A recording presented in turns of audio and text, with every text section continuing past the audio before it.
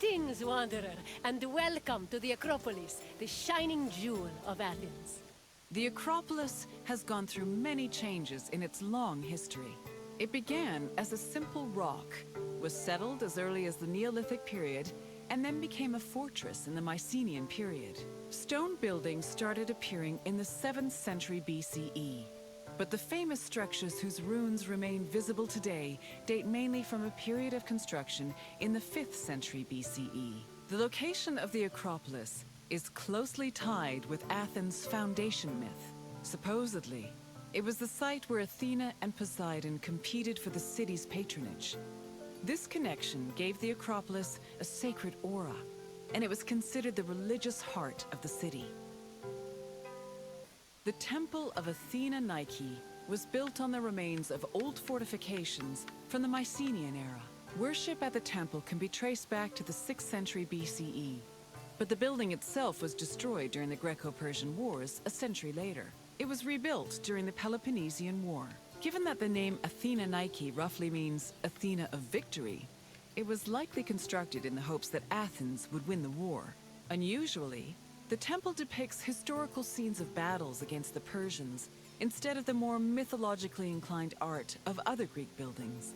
The temple's priestess was chosen randomly among the Athenians and received a salary of 50 drachmae annually, along with skins and trophies from sacrificed animals.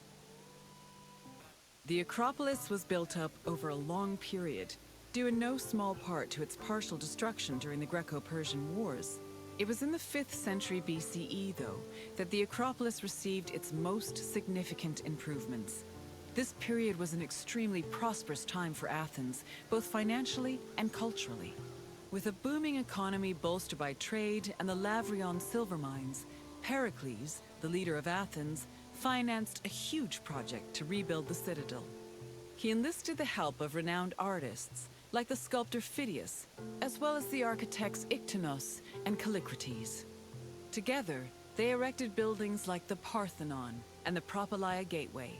Pericles' goal was to make the Acropolis into a glorious monument to the gods and to mortal Athenians.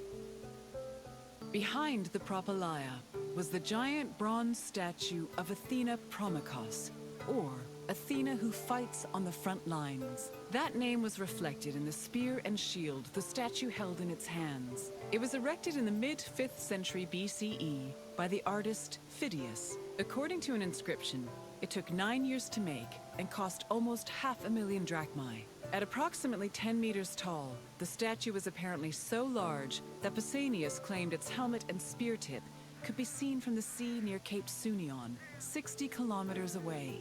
The ornamentation on the statue's shield was engraved by the metalsmith Nis. The Aerophoroi were young girls between the ages of 7 and 11 who were in charge of special rites. A list of 4 girls was drafted by the Assembly of Citizens, from which the High Magistrate, the Archon Basileus, chose 2 to serve as Aerophoroi for the year. The girls lived in a house on the Acropolis. They were in charge of carrying sacred objects and weaving the peplos of Athena.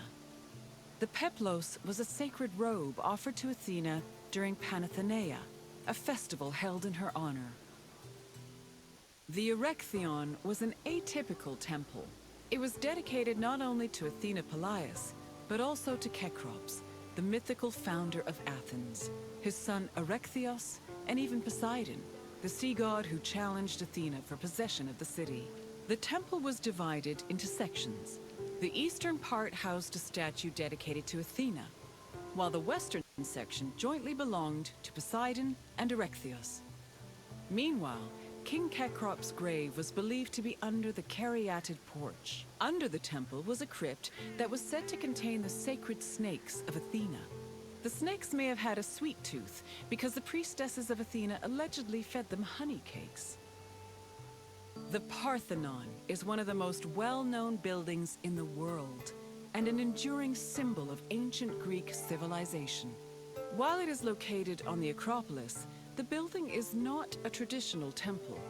It was built by the sculptor Phidias and the architects Callicrates and Iktinos as a great monument to the glory of the city of Athens. That glory is evident in its many carvings. One of the most carved monuments in Greek architecture, the Parthenon's decorations depict several mythological scenes. These include the birth of Athena, her fight against Poseidon for the patronage of Athens, the gods' battle with the giants, and the procession of the great Panathenaea. The Parthenon's inner chamber, or cella, contained a massive statue of Athena that was considered to be one of the sculptor Phidias's greatest masterpieces. The statue was chryselephantine, a combination of gold and ivory. To justify the steep cost of its construction, Pericles told Athenians that the statue was a gold reserve, which could be disassembled in times of economic distress. The cella also allegedly contained a pool, whose main purpose was to control the room's humidity, which helped preserve the statue's ivory. Athens' treasury was located in the Parthenon, where it was believed to be protected by Athena herself. The treasury contained objects of great value, acquired from different conquests, as well as a mass of minted silver coins and various offerings to Athena. Pericles also decided to move the entirety of the Delian League's treasure to the Parthenon in 454 BCE. This was a great testament to Athens' power over the rest of Greece.